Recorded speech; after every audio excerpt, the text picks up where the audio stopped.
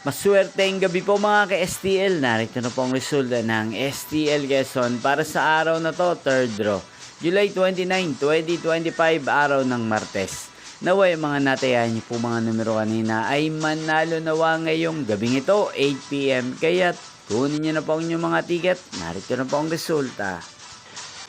Ang mga numerong nanalo sa STL Quezon ngayong gabing ito, July 29, 2025.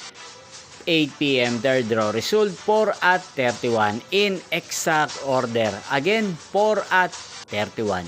At ngayong gabing ito sa STL Quezon, atin pong i-shoutout si Kuya Romnick ng Quezon na nanonood po sa channel na to.